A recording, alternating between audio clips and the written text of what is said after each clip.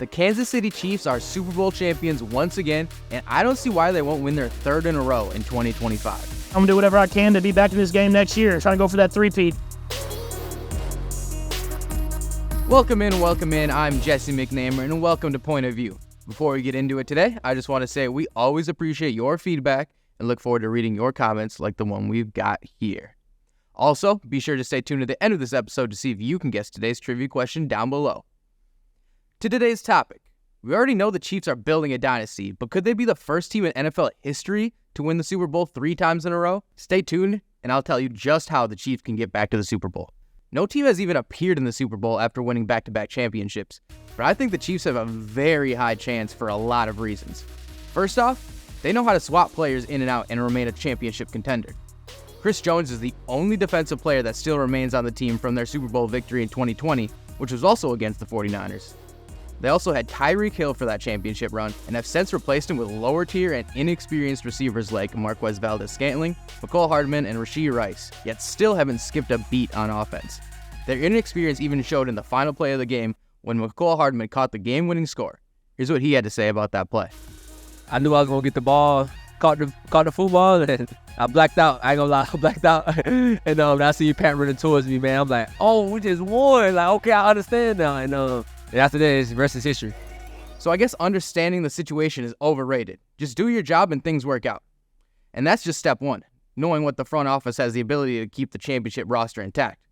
The next step is having a coaching staff that can adjust over the offseason, over the course of the regular season, and on the fly when it matters most.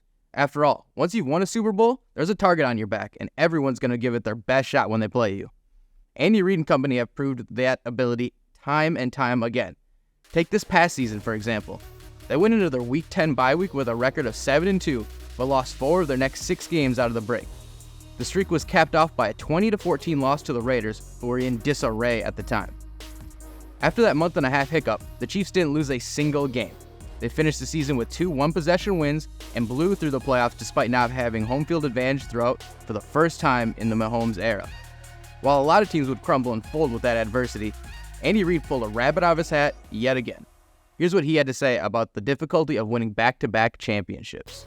It's a great win. It's because I know how hard it is to do, and then how hard the season was, the ups and downs of the season, and how proud I am of the guys for just hanging with each other, staying positive with each other.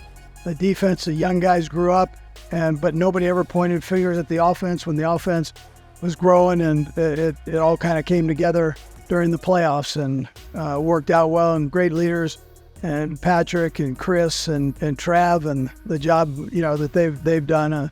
They're passionate players, man, and I love that. And even if they chest bump me to the other side of the 50, I appreciate it. I just love that the guy wants to play and wants to be in there playing, and he knows I love that.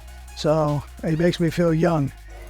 That's a lot of coach speak, but in his case, it's all true. Now, you can have all the confidence in the world in your front office and coaching staff, but none of that matters if you don't have the right guy under center.